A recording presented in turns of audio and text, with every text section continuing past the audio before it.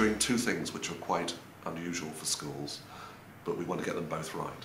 The first thing is that we're asking all of GEM's schools to make very special efforts to connect very closely to parents, to come out from behind the conventional walls that schools are organised in, and to be much more accessible to parents, to talk about their children, to talk about learning, to talk about education, to talk about child development, and to explain what's going on much more clearly in a school. We're asking the schools to pay even greater attention than is usual to parents' questions about their child, to the natural questions that we all have about, is my child okay?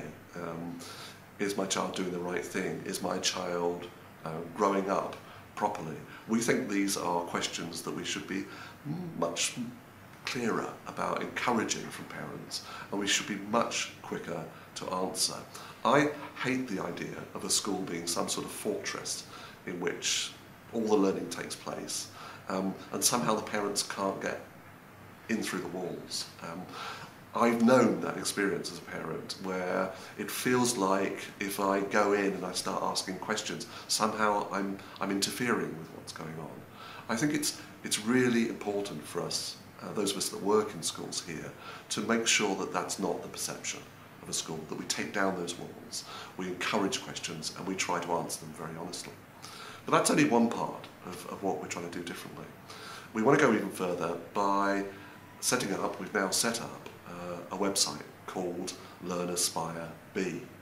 And this website is trying to take all the knowledge that we've got about how to educate a child, and all the knowledge that we've got about child development, about the stages of child development, about what works, what doesn't work.